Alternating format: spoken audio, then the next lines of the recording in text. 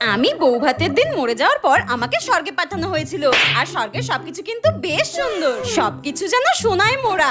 আমার তো বেশ সুন্দর লেগেছে। স্বর্গের অপ্সরারা কি সুন্দর নাচ টাচ করে, আর আমাকে তো বলেছে আমাকে এত সুন্দর দেখতে বলে আমাকে স্বর্গের অপ্সরাদের লিস্টে নাম লিখে দেবে। যাক, যা হয়েছে ভালোই হয়েছে।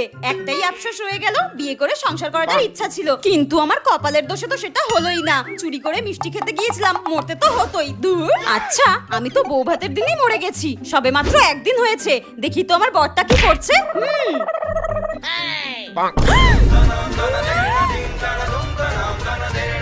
আমি মরেছি এখনো একদিনও হলো না, আর আমার বর এখানে তার এক্স গার্লফ্রেন্ডের সঙ্গে ফোনের মধ্যে প্রেমপিরিতি করে বেড়াচ্ছে।